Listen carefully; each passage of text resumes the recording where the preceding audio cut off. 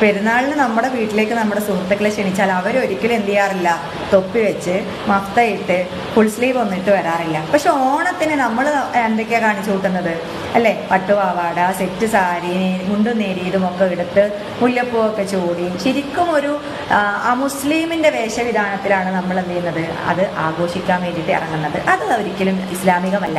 കേട്ടില്ലേ? പുതിയ പണ്ഡിതയാണ്. മുന്നേ എവിടെ ഒന്നും കണ്ടിട്ടില്ല ഇതിനെ. ഇതൊക്കെ എവിടുന്ന് കുറ്റിയും പറിച്ച് വരുന്നതാണാവോ? ഒരു കാര്യം താത്ത മനസ്സിലാക്കേണ്ടത്, പെരുന്നാൾ എന്ന് പറയുന്നത് ഇസ്ലാം മത വിശ്വാസികളുടെ ഒരു ആഘോഷമാണ്, മുസ്ലിങ്ങളുടെ മാത്രം ആഘോഷമാണ്. അപ്പൊ പെരുന്നാൾ ദിനത്തില് വീട്ടിലേക്ക് ആരെങ്കിലും വരുമ്പോ അവരെന്തിന് ഫുൾ കൈ ഇടണം, അവരെന്തിന് തൊപ്പിയിടണം, അവരെന്തിന് മഫ്ത ചുറ്റണം? അതുപോലെ അല്ല ഒരിക്കലും ഓണം എന്ന് പറഞ്ഞാൽ കേരളത്തിലെ മുഴുവൻ ജനങ്ങളുടെയും ലോക മലയാളികളുടെ ആഘോഷമാണ്. പിന്നെ മറ്റൊരു കാര്യം പറഞ്ഞത്, എന്റെ അറിവില്ലായ്മ കൊണ്ടാണെങ്കിൽ എന്നോട് ക്ഷമിക്കണം.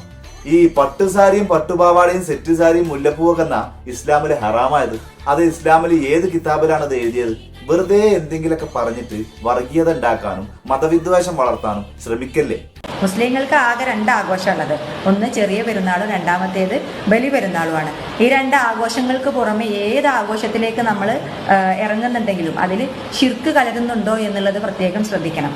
ഭക്ഷണം, അവരുടെ ആരാധന, അതായത് പൂജിച്ച ഭക്ഷണങ്ങളൊന്നും നമ്മൾ കഴിക്കാണ്ടിരിക്കുക. ശരിയാണ്, സമ്മതിച്ചു. ഇസ്ലാമില് 2 ആഘോഷം മാത്രമേ ഉള്ളൂ. ഒന്ന് ചെറിയ പെരുന്നാളും ഒന്ന് വലിയ പെരുന്നാളും. എന്തേ താത്ത നബിദിനം കഴിക്കുന്നത് കാണാത്തത്? എന്തേ കാണാത്തത്? അത് കഴിക്കുന്ന ആളുകളോട് പോയി പറഞ്ഞു കൊടുക്കണ്ടേ, ഇസ്ലാമില് 2 ആഘോഷം മാത്രമേ ഉള്ളൂ, അതുകൊണ്ട് നബിദിനം കഴിക്കാൻ പാടില്ല. എന്തേ പറഞ്ഞു കൊടുക്കാത്തത്? അത് താത്ത കണ്ടിട്ടില്ലേ? ഇന്ന് മറ്റേതൊരു ആഘോഷത്തെക്കാൾ കൂടുതലും ആഡംബരമായിട്ടും ചിലയിടത്തെങ്കിലും ആഭാസത്തോടെ നബിദിനം ആഘോഷിക്കുന്നത് കാണാറുണ്ട്. അവരുടെ അടുത്തൊക്കെ പോയിട്ട് താത്ത പറഞ്ഞു കൊടുക്കും, നബിദിനം ആഘോഷിക്കാൻ പാടില്ല, നമുക്ക് 2 ആഘോഷം മാത്രമേ ഉള്ളൂ, ഒന്ന് ചെറിയ പെരുന്നാളും വലിയ പെരുന്നാളും. പിന്നെ ആരാണ് ഓണത്തിന് പൂജ ചെയ്തിട്ടൊക്കെ ഫുഡ് ഉണ്ടാക്കുന്നത്?